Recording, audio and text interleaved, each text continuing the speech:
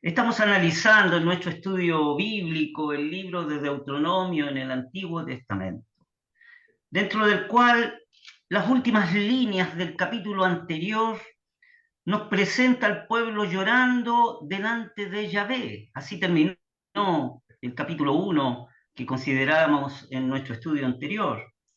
Y esto es muy significativo. Recordaremos que manifestábamos que el libro de Números se expresaban los hechos históricos del pueblo de Israel en su peregrinación por el desierto. Sin embargo, encontramos en el libro de Deuteronomio, se nos presenta la condición moral del pueblo, es decir, se nos revela los móviles, los aspectos morales por los cuales le llevan a tomar actitudes de una manera de actuar y de la manera de andar con que el pueblo de Israel se ha presentado. Leemos en el capítulo 1 entonces los textos 45 y 46 con que terminaron el capítulo. La palabra del Señor dice así: y volvisteis y llorasteis delante de Yahvé, pero Yahvé no escuchó vuestra voz ni os prestó oído. Y estuvisteis en Cádiz por muchos días, como en los días que habéis estado. La verdad es que lo que se revela aquí en Deuteronomio es que no, el pueblo de Israel no tenía la sinceridad en esas lágrimas, ni tenía la verdad en esas palabras. Es decir, no había crédito en los llantos ni en su confesión. Y desgraciadamente se da el caso de que muchos confiesan y vierten lágrimas, pero sin un verdadero sentimiento del pecado en la presencia del Señor.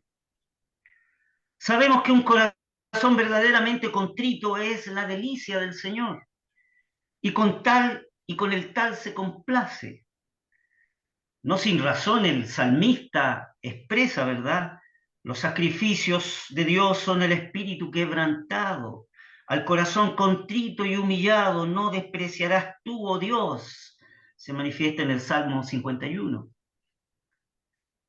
Las lágrimas que fluyen de un corazón arrepentido son mucho más preciosas para Dios que los rebaños de 1000 colinas, ya que aquellas lágrimas son verdaderas y prueban de que hay un sitio para Él en ese corazón. Y esto es lo que busca Dios en su infinita gracia. Pero ni la confesión, ni las lágrimas de Israel en Cades Bernea eran sinceras. Y por lo tanto el Señor no podrá aceptarlas. Y de hecho no las aceptó. El grito, fíjese, más débil de un corazón quebrantado, el grito más débil de un corazón quebrantado, ascenderá directamente al trono de la majestad de los cielos y será directamente contestado ese llanto, esa aflicción, con ese bálsamo y con ese consolador amor perdonador por parte de Dios. Pero cuando la confesión y las lágrimas van junto con una voluntad propia y con una rebeldía propia, no solo son sin valor alguno, sino que además de eso son un agravio a Dios. Y esa era la condición del pueblo de Israel al finalizar el capítulo 1 que hemos estudiado en nuestro estudio anterior. Así es que el pueblo hubo que retroceder hacia el desierto y peregrinar allí durante 40 años. No quisieron subir a aquella tierra de promisión, no quisieron subir con una fe sencilla y en compañía de Dios. Entonces Dios no quiso acompañarles cuando subieron ellos por su propia voluntad y con su propia confianza, ¿no es cierto?, a combatir allí al amorreo. Por lo tanto, tuvieron que aceptar las consecuencias de su desobediencia. ¿Cuán grave es esto? Cuán solemne es el comentario que el divino autor nos da, fíjese, en la epístola a los Hebreos. Podríamos leerla. Capítulo 3 de la epístola a los Hebreos. Leamos el comentario allí. que el Señor hace acerca de su pueblo, Israel. Hebreos, capítulo 3, desde el texto 7 al 12. Dice así la palabra del Señor. Por lo cual, como dice el Espíritu Santo, si oyereis su voz, no endurezcáis vuestros corazones, como en la provocación, en el día de la tentación en el desierto, donde me tentaron vuestros padres, me probaron y vieron mis obras 40 años, a causa de lo cual me enemisté con esta generación, y dije, siempre divagan ellos de corazón y no han conocido mis caminos. Juré, pues, en mi ira, no entrarán en mi reprocho. Mirad, y aquí viene una exhortación, mirad, hermanos, que ninguno de vosotros haya un corazón malo de incredulidad para apartarse del Dios vivo. Aquí podemos concluir que la incredulidad es un elemento que entristece el corazón de Dios y deshonra su nombre. Ese es el efecto de la incredulidad en el corazón humano hacia Dios. Es un elemento que entristece el corazón de Dios y deshonra su nombre. Y fíjese que no solo esto, sino que la incredulidad nos priva de las bendiciones, de las dignidades y de los privilegios de la gracia infinita que Él otorga. Muchas veces, y tenemos que confesar, que en nuestra ceguera espiritual, la cual ciega aquella esfera celestial, y la verdad que es solo la fe la que logra o permite que visualicemos esa esfera celestial, pero muchas veces, fíjese, a causa de nuestra ceguera espiritual, no tenemos idea de lo mucho que perdemos a causa de nuestra incredulidad en nuestros corazones. Y no solo me refiero al hecho de la incredulidad de no creer en Dios, sino que en la incredulidad de que Él nos puede bendecir, la incredulidad del hecho de que podemos ser guiados por su mano, la incredulidad de que Él nos puede proveer en todas las circunstancias y en todas las necesidades. A esa incredulidad me refiero. Esa incredulidad, apreciados hermanos, nos priva de las bendiciones, de las dignidades, de los privilegios, de la gracia infinita que Dios desea otorgarnos. Y además de eso, esa incredulidad ciega nuestra visión espiritual. Por lo tanto, no tenemos idea, no nos damos cuenta de lo mucho que perdemos a causa de ese elemento tan negativo que está muchas veces enraizado en nuestros corazones. Y así como Israel, al cual se les mandó que subieran y tomaran posesión de la tierra, pero, ¿qué dice la Escritura? No pudieron entrar a causa de ese elemento negativo, a causa de la incredulidad que había de ellos en Dios. Y así también nosotros no gozamos de la plenitud de las bendiciones de la gracia soberana de Dios. Y Él la ha puesto a nuestro alcance. Los tesoros del cielo están abiertos ante nosotros. Escuche bien, apreciado hermano, apreciada hermana. Los tesoros del cielo están abiertos ante nosotros. Pero no alcanzamos a apropiarnos. No nos asimos de esas promesas. Somos enriquecidos con todas las bendiciones espirituales, los lugares celestiales es Cristo, dice la promesa en la Escritura, ahí en la Epístola a los Efesios. Más de ellas no nos apoderamos como debiéramos.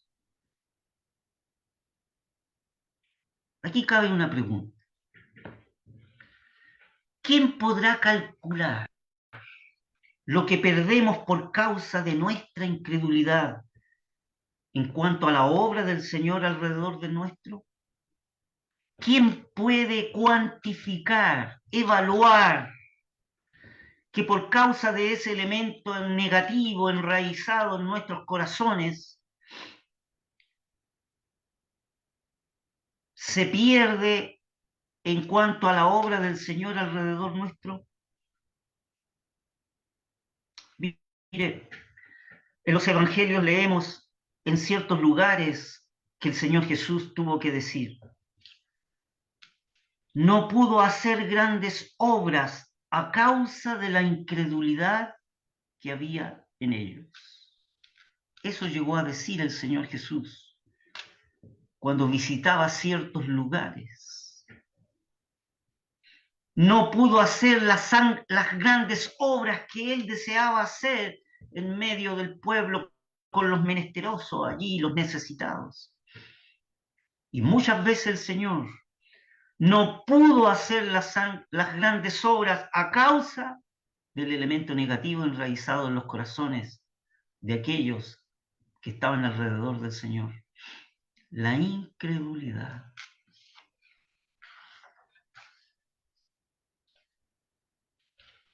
¿Esto no nos dice nada a nosotros? ¿No estaremos también impidiendo nosotros el obrar del Señor a causa de la incredulidad nuestra? ¿No estaremos nosotros impidiendo que el Señor obre en medio nuestro debido a este elemento negativo que está enraizado en nuestros corazones? Es impresionante el texto, apreciados hermanos, cuando usted lo medita y lo lee. Y no hizo allí muchas maravillas a causa de la incredulidad de ellos, refiriéndose al Señor Jesús. No pudo hacer las grandes maravillas que Dios puede hacer en los corazones de los hombres a causa de la incredulidad que había en ellos. ¿Cuánto perdieron grandes bendiciones a causa de ese elemento negativo?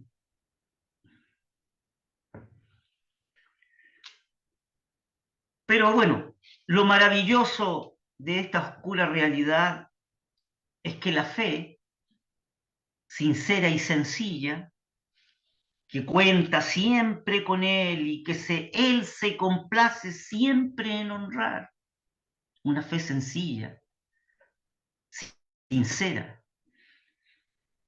Esa fe siempre va a contar con el Dios vivo y verdadero.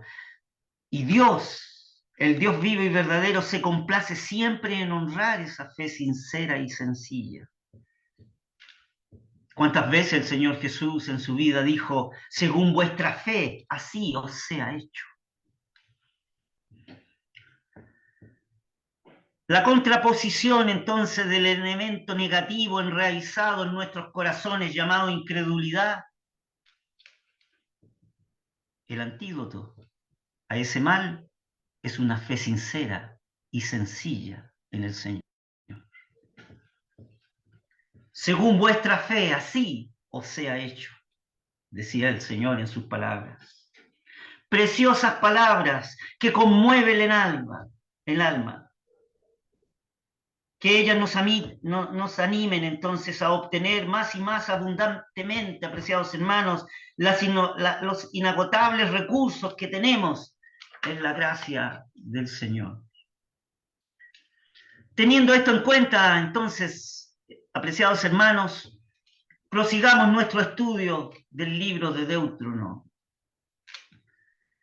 Hemos considerado en nuestro análisis como una primera parte en el capítulo 1, donde se pone de manifiesto cómo la rebelión del pueblo en Cades Barnea provoca la ira de Yahvé, el cual castiga a la generación rebelde a no entrar en la tierra prometida. En este capítulo 2, que vamos a considerar en nuestro estudio ahora, tenemos como una segunda parte que, por el contrario, muestra cómo la obediencia a Yahvé conduce a la victoria a Israel. Y aquí las órdenes que encontramos en este capítulo son de dos tipos. Primero, se les ordena atravesar pacíficamente los territorios de Edom, Moab y Amón. He ahí una de las primeras órdenes. Y el segundo tipo de órdenes se le manda a conquistar militarmente los territorios de Galaad. Consideremos entonces la palabra del Señor en el capítulo 2 del libro de Deuteronomio y leeremos completamente el capítulo desde el texto 1 al texto 37. La palabra del Señor dice así: y volvimos y partímonos al desierto camino del mar Bermejo, como Yahvé me había dicho, y rodeamos el monte de Seir por muchos días. Y Yahvé me habló diciendo: harto habéis rodeado este monte, volveos al Aquilón. Y el Aquilón es el norte. Volveos al norte, volveos al Aquilón. Y manda al pueblo diciendo: pasando vosotros por el término de vuestros hermanos, los hijos de Esaú, que habitan en Seir, ellos tendrán miedo de vosotros, mas vosotros guardaos mucho, no os metáis con ellos, que no os daré de su tierra ni aun la holladura de la planta de un pie, porque yo he dado por heredad a Esaú el monte de Seir. Compraréis de ellos por dinero las viandas y comeréis, y también compraréis de ellos el agua y beberéis. Pues Yahvé tu Dios te ha bendecido en toda obra de tus manos. Él sabe que andas por este gran desierto. Estos 40 años, Yahvé tu Dios fue contigo y ninguna cosa te ha faltado.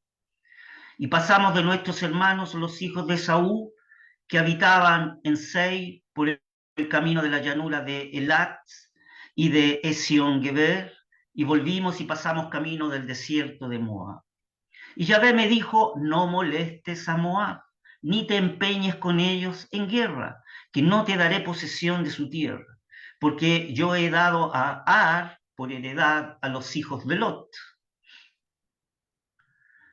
Los emineos habitaron en ella antes, pueblo grande y numeroso, y alto como numeroso, y alto como gigantes.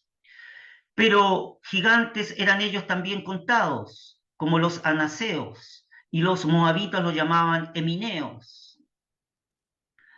Y en Seir habitaron antes los oreos, a los cuales echaron los hijos de Saúl, y los destruyeron delante de sí, y moraron en lugar de ellos, como hizo Israel en la tierra de su posesión que les dio Yahvé. Levantaos ahora y pasad el arroyo de Sered, y pasamos el arroyo de Sered. Y los días que anduvimos en Cades Bernea hasta que pasamos el arroyo de Sered fueron 38 años, hasta que se acabó toda la generación de los hombres de guerra de en medio del campo, como Yahvé les había jurado. Y también la mano de Yahvé fue sobre ellos para destruirlos de en medio del campo hasta acabarlos. Y aconteció que cuando se hubieron acabado de morir todos los hombres de guerra de entre el pueblo, Yahvé me habló diciendo: tú pasarás hoy el término de Moab a Ar.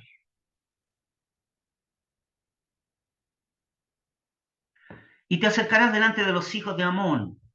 No los molestes, ni te metas con ellos, porque no te tengo de dar posesión de la tierra de los hijos de Amón, que a los hijos de Lot la he dado por heredad. Por tierra de gigantes fue también ella tenida. Habitaron en ella gigantes en otro tiempo, a los cuales los amonitas llamaban sommeos. Pueblo grande y numeroso y alto como los anaseos, a los cuales Yahvé destruyó de delante de los amonitas, quienes le sucedieron y habitaron en su lugar, como hizo con los hijos de Saúl, que habitaban en Seir, de delante de los cuales destruyó a los oreos, y ellos le sucedieron y habitaron en su lugar hasta hoy.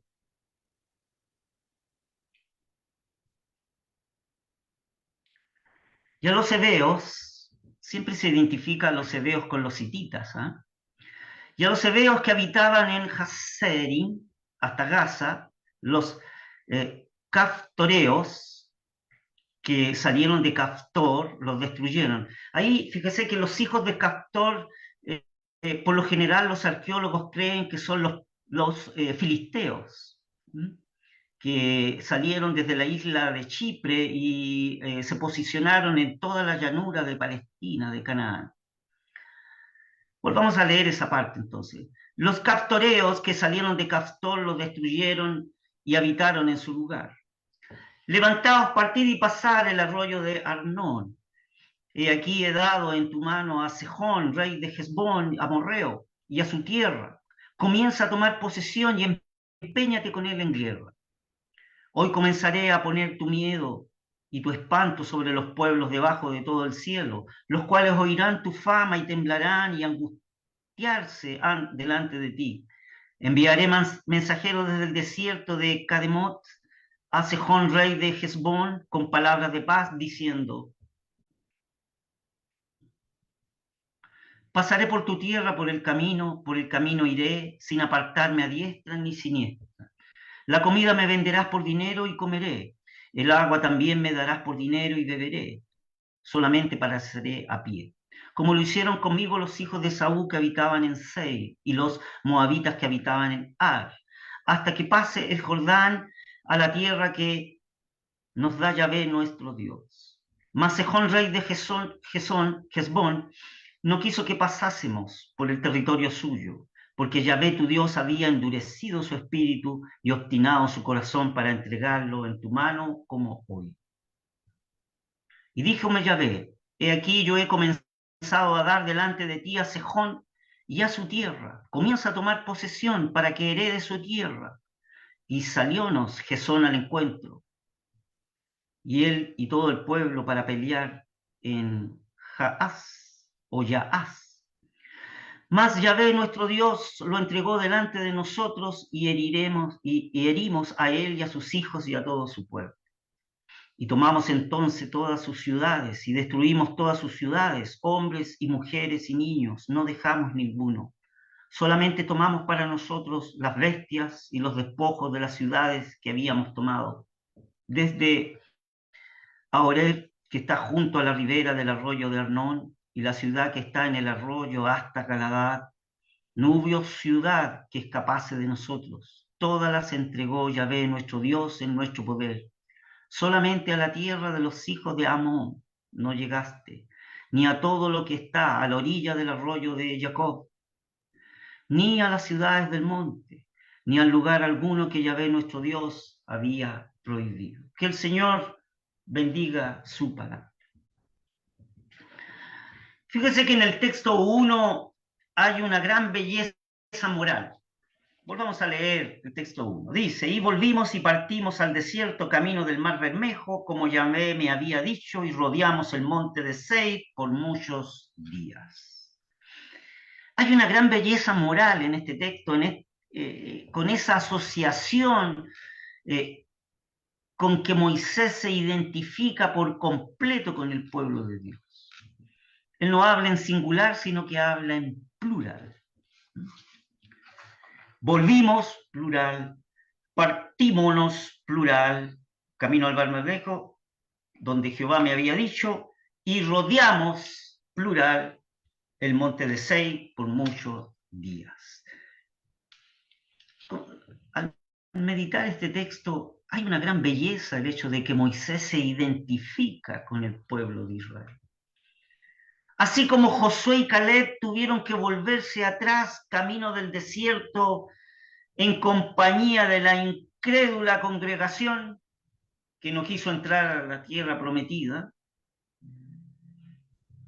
que pensando en Josué y Caleb, que desde el punto de vista humano o desde el punto de vista criterio humano podría haber parecido muy duro para ellos,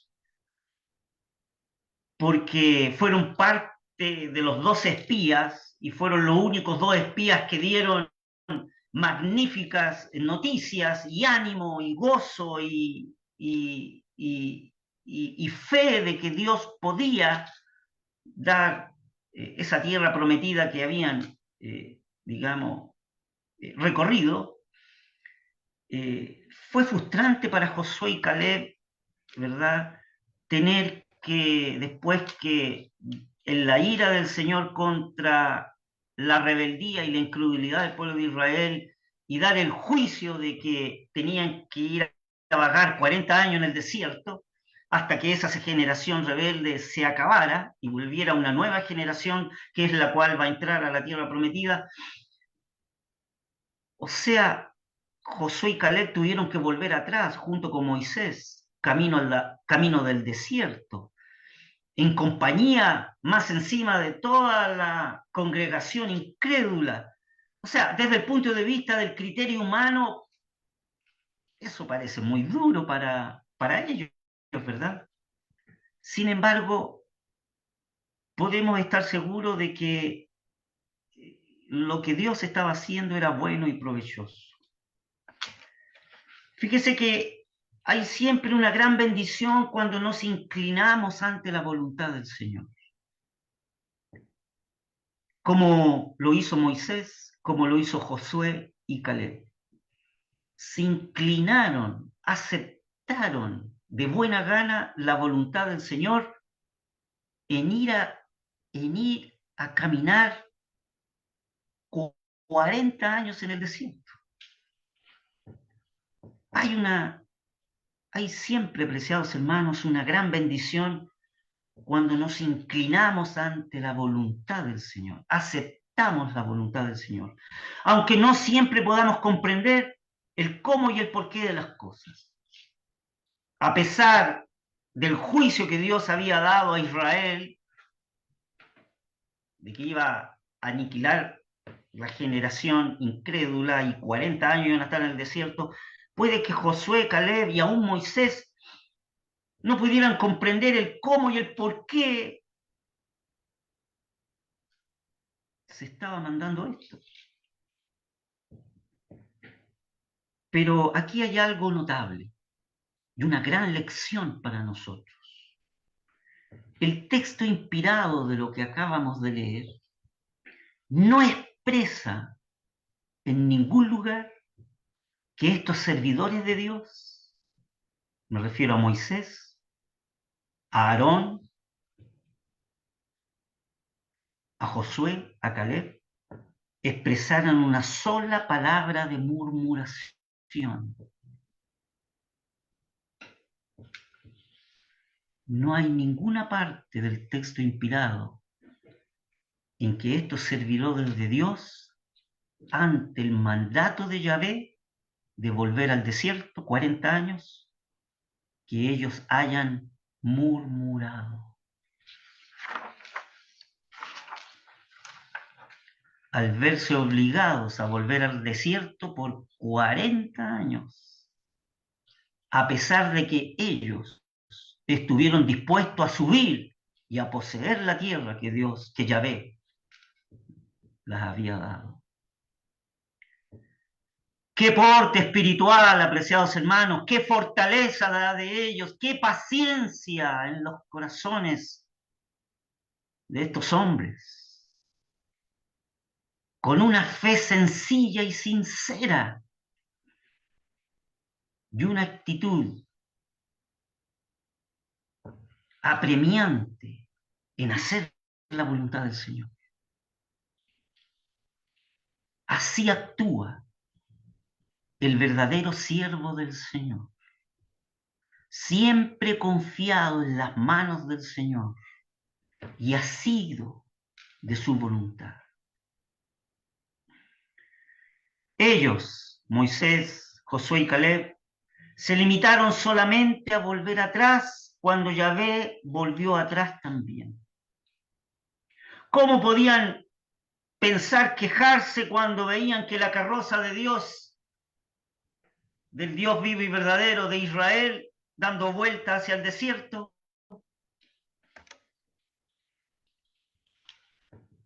Ciertamente que aquí hay una gran lección. La gracia paciente y la misericordia de Dios pudo muy bien haberles enseñado a aceptar de buen grado una prolongada estancia en el desierto y les enseñó a saber esperar el bendito momento para entrar en la tierra prometida. He ahí los verdaderos siervos del Señor.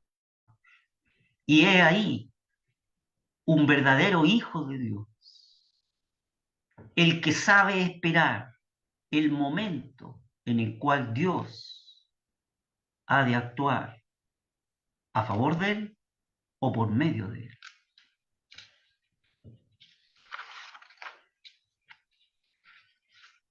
¿Qué lección tenemos aquí, apreciados hermanos?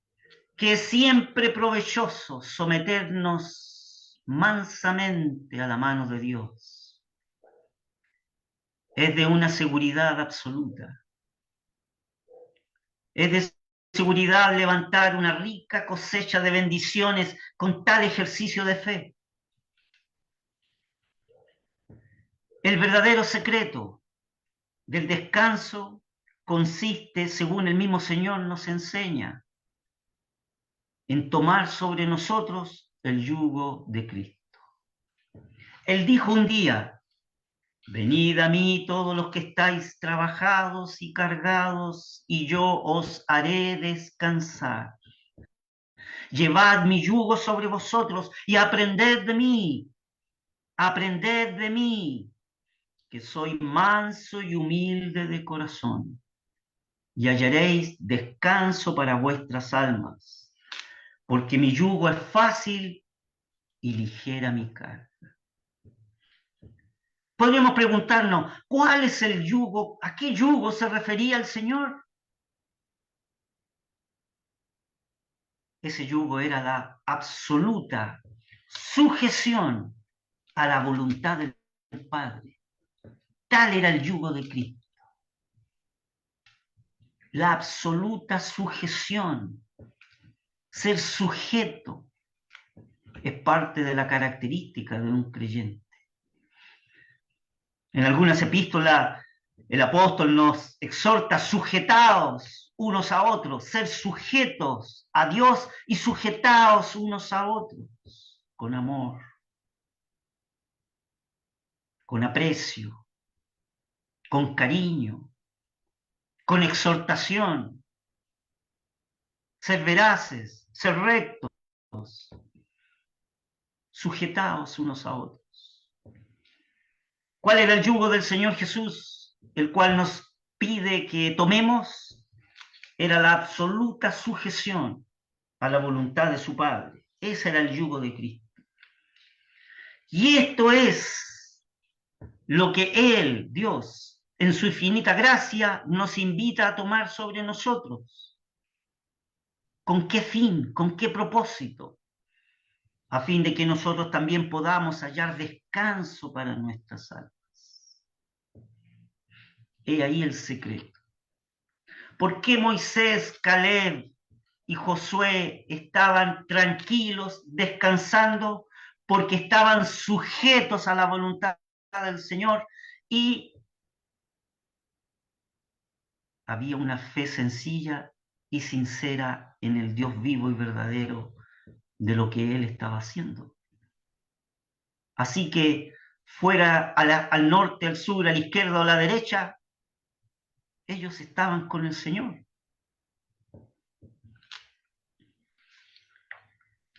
Leamos el texto 2 y 3 del capítulo 2. ¿Qué dice? Y Yahvé me habló, habla Moisés aquí, y Yahvé me habló diciendo: alto habéis rodeado este monte, volveos al Aquilón, volveos hacia el norte. Aquí vemos que la palabra de Yahvé lo determinaba todo. Es la palabra del Señor la que fijaba el plazo en el cual el pueblo debía permanecer en un sitio dado, así como también hacia dónde habrían de dirigir sus pasos. No había necesidad por parte de los israelitas de hacer cálculos, de hacer planes sobre sus movimientos. A ver, reunámonos, decidamos hacia dónde vamos al norte, vamos al sur, qué planes hacemos. No, no había necesidad de calcular nada, no había necesidad de hacer ningún plan sobre los movimientos que Israel tenía que tener. Esa era la responsabilidad y la prerrogativa de Yahvé, quien disponía todo por ellos. Su responsabilidad, la de Israel, era tan solo obedecer.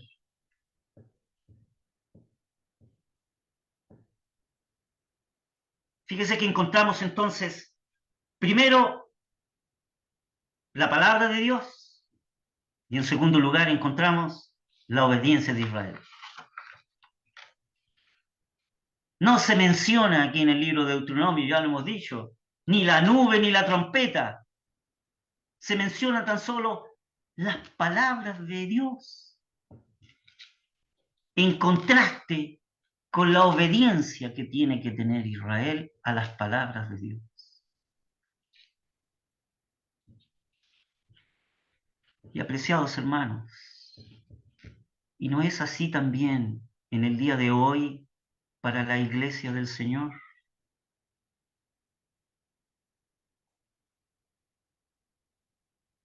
La iglesia del Señor no tiene la palabra de Dios y la iglesia del Señor, como respuesta a la palabra del Señor, no debería manifestar su obediencia.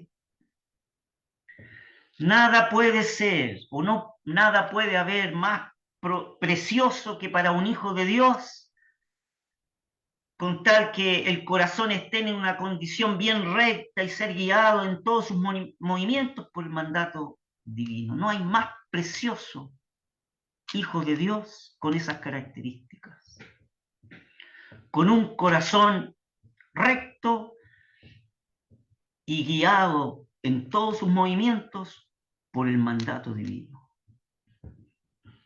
Déjeme decirle que ello evita una nube de angustias y de perplejidad.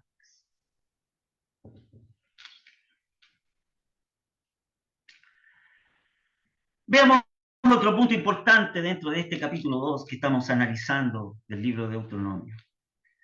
Fíjese que en este segundo capítulo de nuestro libro vemos a Yahvé en su fidelidad y en su justicia interponiéndose para proteger a tres naciones distintas en el disfrute de sus derechos nacionales. Vemos claramente instrucciones al pueblo de Israel acerca de tres naciones, que respetasen a tres naciones, porque esas tres naciones tienen sus derechos nacionales como naciones extranjeras. Y la verdad que estas instrucciones, esto es para poder oponerse a las intenciones que podrían tener el propio pueblo escogido de Dios en que, ¿no es cierto?, las intenciones que el pueblo de Israel podrían tener contra estas naciones. Esto lo encontramos en el texto 4 al 6. Volvamos a leerlo, a recordar. Texto 4 del capítulo 2. Y manda al pueblo diciendo: pasamos vosotros por el término de vuestros hermanos, los hijos de Esaú, que habitan en Seir, y ellos tendrán miedo de vosotros, mas vosotros guardaos mucho.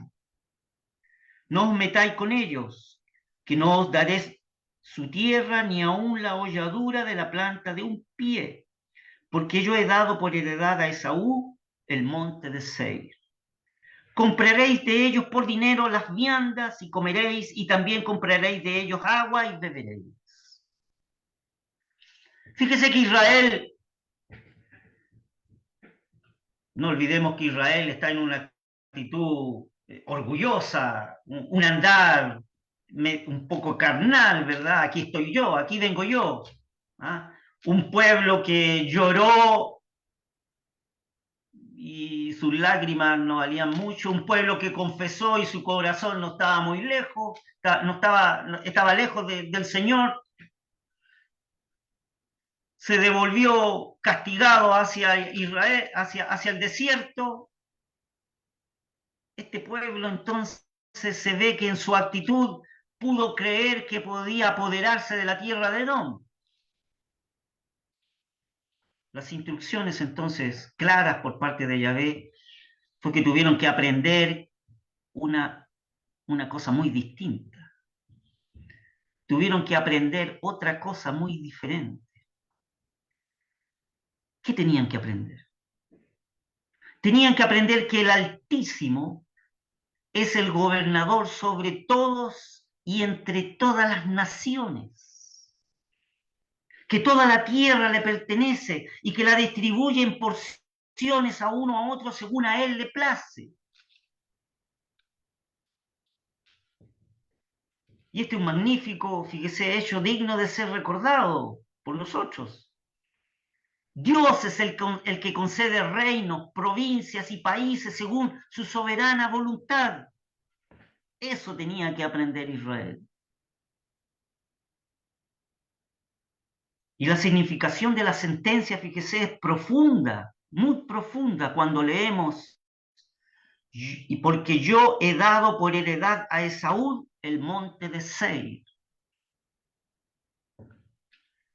Dios no permitió que Israel tocase ni a un átomo de la propiedad de Esaú, sino que debían pagar al contado todo cuanto necesiten y seguir pacíficamente su camino. El pueblo no debía y no podía pensar en entregarse a una desordenada matanza y saqueo en contra de Esaú. Tenían que aprender que Dios es soberano y Él es el que distribuye las porciones de la tierra. Notemos ahora las preciosas razones de esta situación. Texto 7. Pues Yahvé tu Dios te ha bendecido en toda obra de tus manos. Él sabe que andas por este gran desierto. Estos 40 años, Yahvé tu Dios fue contigo y ninguna cosa te ha faltado. Bien podía dejar tranquilo a Esaú y dejar su posesión intacta. ¿Por qué? Porque el objeto principal para Dios era Israel, no Esaú. Ellos eran el objeto de los tiernos cuidados de Yahvé. Él conocía cada paso que daban en su fatigoso viaje a través del desierto. Él en su infinita bondad había tomado sobre sí el proveer todas sus necesidades. Iba a darles la tierra de Canaán, según la promesa que Dios había tenido con su amigo Abraham. Pero la mismísima mano que iba a entregarles a Israel la tierra de Canaán, esa misma mano había dado a Esaú el monte de Seir. E Israel tenía que aprender a respetar las decisiones soberanas de Yahvé. Y exactamente igual ocurre con la referencia de las otras naciones que más adelante el texto inspirado nos habla, es decir, Moab y Amón. ¿Qué dice el texto 9? Dice, y Yahvé me dijo, no molestes a Moab, ni te empeñes con ellos en guerra, que no te daré posesión de su tierra, porque yo he dado a Ar por heredad a los hijos de Lot. Fíjese que Ar, la ciudad de Ar en hebraico significa ciudad, Ar. Bueno, y exactamente igual en el texto 19. Y te acercarás delante de los hijos de Amón, no los molestes, ni te metas con ellos, porque no te tengo que dar posesión de la tierra de los hijos de Amón, que a los hijos de Lot la he dado por heredad. Las tierras que aquí se señalan fueron en otros tiempos, según lo que hemos leído en el texto, habitado por gigantes. Pero el propósito de Dios era dar esos territorios a los hijos de Saúl y a los hijos de Lot, a las descendencias, ¿no es cierto? A los hijos, a la descendencia de Saúl y a la descendencia de Lot. Y por lo tanto, Dios destruyó esos gigantes que habitaban en esas tierras. ¿Quién podrá interponerse en el camino de los divinos propósitos y consejos divinos? Nadie, ¿verdad? Nadie. me hace recordar un texto en Romanos,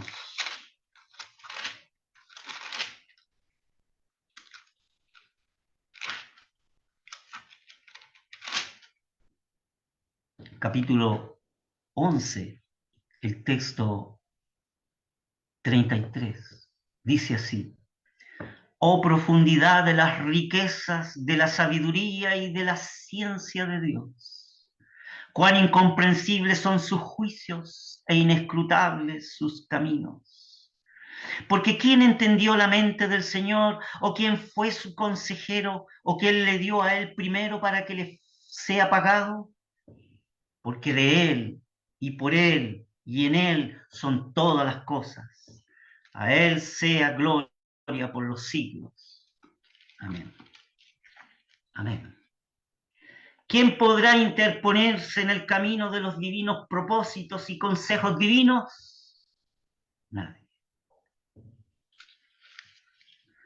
Observemos los textos 20 y 23 de nuestro capítulo 22, de nuestro capítulo 2, perdón, que hemos leído. Texto 20. Hasta que Yahvé dé reposo a vuestros hermanos, así como a vosotros, y hereden también ellos la tierra que Yahvé vuestro Dios les da a la otra parte del Jordán, entonces os volveréis cada uno a su heredad que yo os he dado.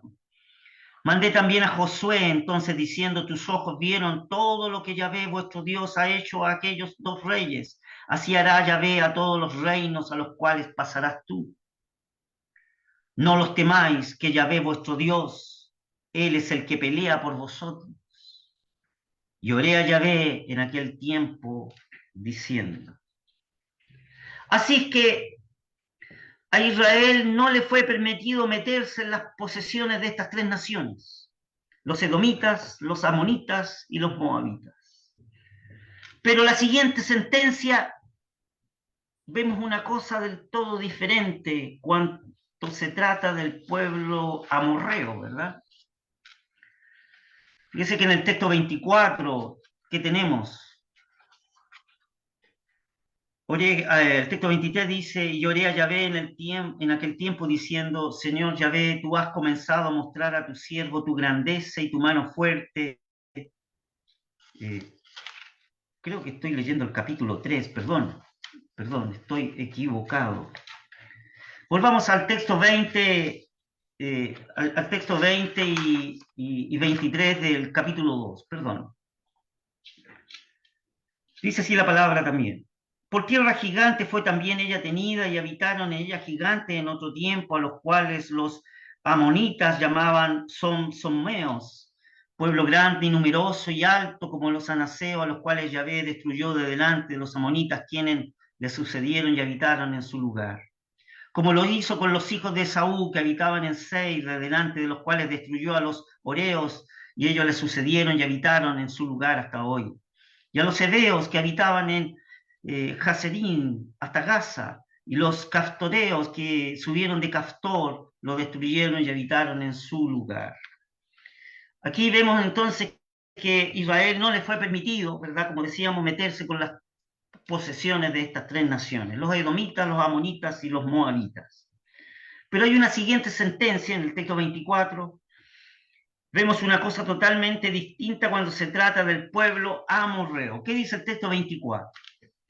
Levantaos y partid y pasad el arroyo de Arnón, y aquí he dado en tu mano a Sejón, rey de Hesbón, amorreo, y a su tierra. Comienza a tomar posesión y empeñate con él en guerra. Fíjese que el gran principio que se desprenden de estas variadas instrucciones de Israel es que es la palabra de Dios, es la que debe establecerlo todo para su pueblo. Ese es el gran principio que podemos aprender de estos textos. Israel no debía y no tenía que entrar en averiguaciones del por qué debían dejar intactas las posesiones de Saúl y Lot, y por qué tenían que meter mano o pelear con el reino de Sejón. Israel solamente debía limitarse a hacer simplemente lo que se les mandaba. Dios abarcaba en su mirada toda la escena y eso bastaba.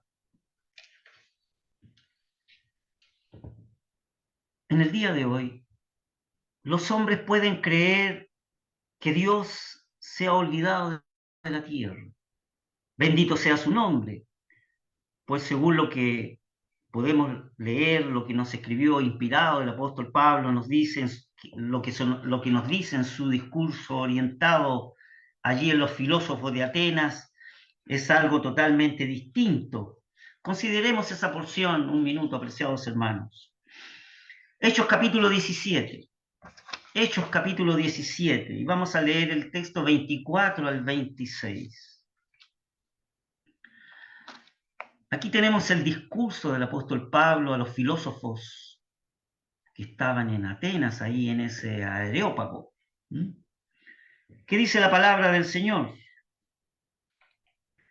En el texto 23 del capítulo 17 de Hechos dice, porque pasando y mirando vuestros santuarios, habla el apóstol Pablo, hallé también un altar en el cual estaba esta inscripción, al Dios no conocido, aquel pues que vosotros honráis sin conocerle, a este anuncio yo. Y comienza el discurso del apóstol Pablo. ¿Y qué dice? Texto 24 al 26. El Dios que hizo el mundo y todas las cosas que en él hay, como sea Señor del cielo y de la tierra, no habita en templos hechos de manos.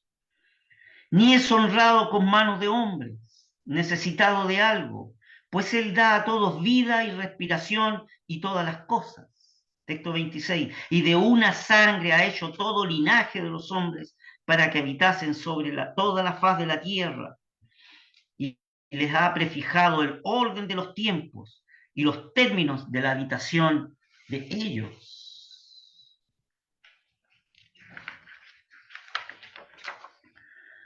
Aquí tenemos una muy grande y grave verdad a la cual harán bien en prestar atención los hombres de cualquier condición y categoría. Dios es soberano y gobernador del mundo. Eso es lo que dicen estos textos. Que Dios es soberano y gobernador del mundo. Dios que hizo el mundo y todas las cosas que en él hay. Es Señor del cielo y de la tierra. Y es un texto para subrayar. Y no habita en templos hechos de manos. No es honrado por los hombres como necesitando algo. No habita en templos hechos de manos. De una sangre ha hecho todo el linaje de los hombres para que habitasen sobre la faz de la tierra. Y allá ha hecho algo más, Dios. No solo eso, ha prefijado el orden de los tiempos. ¿Qué significa eso? Ha distribuido las edades de los tiempos que han ocurrido, están ocurriendo y que van a ocurrir. Y los términos de la habitación de ellos. Vale decir, hasta cuándo llega una era. Dios es soberano y gobernador del mundo y aún más. Mire lo que dice el texto 30 de este capítulo. El texto 30 y 31. Empero Dios, habiendo disimulado los tiempos de esta ignorancia, ahora denuncia a todos los hombres y en todos lugares que se arrepientan, por cuanto ha establecido un día en el cual ha de juzgar al mundo con justicia por aquel varón al cual determinó, dando fe a todos con haberle levantado de los muertos. ¿Qué sentencia más importante? Vamos a tomar un minuto para hablar de este texto. La urgencia de atender este mensaje y creer. ¿Creer a quién? A Dios mismo. Aquel Dios que llama al arrepentimiento, ha determinado a juzgar a todos los hombres con justicia. El Creador ha establecido o estableció un día en que manifestará su justo juicio sobre todos los hombres. Y así como dice la epístola a los Hebreos, y de la manera que está establecido a los hombres que mueran una vez y después el juicio. Fíjese que la justicia de Dios se manifestará en este acto judicial. Dios que creó al hombre y a quien llama al arrepentimiento para una nueva relación con Él, será también el que juzgue. Fíjese que si fue asombroso para los filósofos del anuncio divino del juicio, tiene que haber sido muy impactante para los filósofos de Atenas escuchar este mensaje por parte del apóstol Pablo. Si fue asombroso para los filósofos el anuncio divino del juicio, mayor asombro causó cuando se identifica al juez con un resucitado de entre los muertos. Y el juez designado es el Señor Jesucristo. Sin embargo, el apóstol, tomando la referencia a un altar al Dios desconocido, Dios con minúscula, proyecta un mensaje el apóstol, en el que sitúa al único Dios verdadero, creador y sustentador del universo, en que los hombres tienen la sustentación de la existencia y la posesión de vida, anuncia a toda la voluntad divina de juzgar con justicia a los hombres y proclama el arrepentimiento por parte de ellos, manifestando que ha designado al juez, acreditando a los hombres que serán juzgados mediante el hecho de la resurrección. Fíjese que estas son verdades bíblicas, ¿eh? Verdades bíblicas fundamentales que no proceden de la filosofía, sino de la fe. La escritura inspirada por el divino autor nos habla del pecado del hombre, del llamado al arrepentimiento, de la aceptación de Jesús como Salvador y Señor, del juicio venidero y la resurrección, unos para vida eterna y otros para muerte eterna, si no han creído en Cristo. Estos son los pilares básicos, apreciados hermanos, los pilares básicos del Evangelio del día de hoy. Así como Israel tuvo que aprender algo diferente, de que el Altísimo es el gobernador sobre todos y sobre todas las naciones como un soberano, en el día de hoy tenemos que aprender que ese Dios soberano llama a todos los hombres que se arrepientan y que Él ha establecido un día, un juicio justo a cada hombre y ha determinado el juez al Señor Jesucristo y llama a todos los hombres al arrepentimiento y a la aceptación del Señor Jesús como Salvador y Señor. Un creyente en Cristo es un hombre juzgado. Un creyente en Cristo es una persona juzgada. ¿Por qué? Porque el Señor pagó todos sus pecados en esa cruz de ignominia. La deuda fue cancelada y libre está de la condenación eterna. O que sea esa la realidad en esta noche para usted, querido amigo, que hoy día nos acompaña.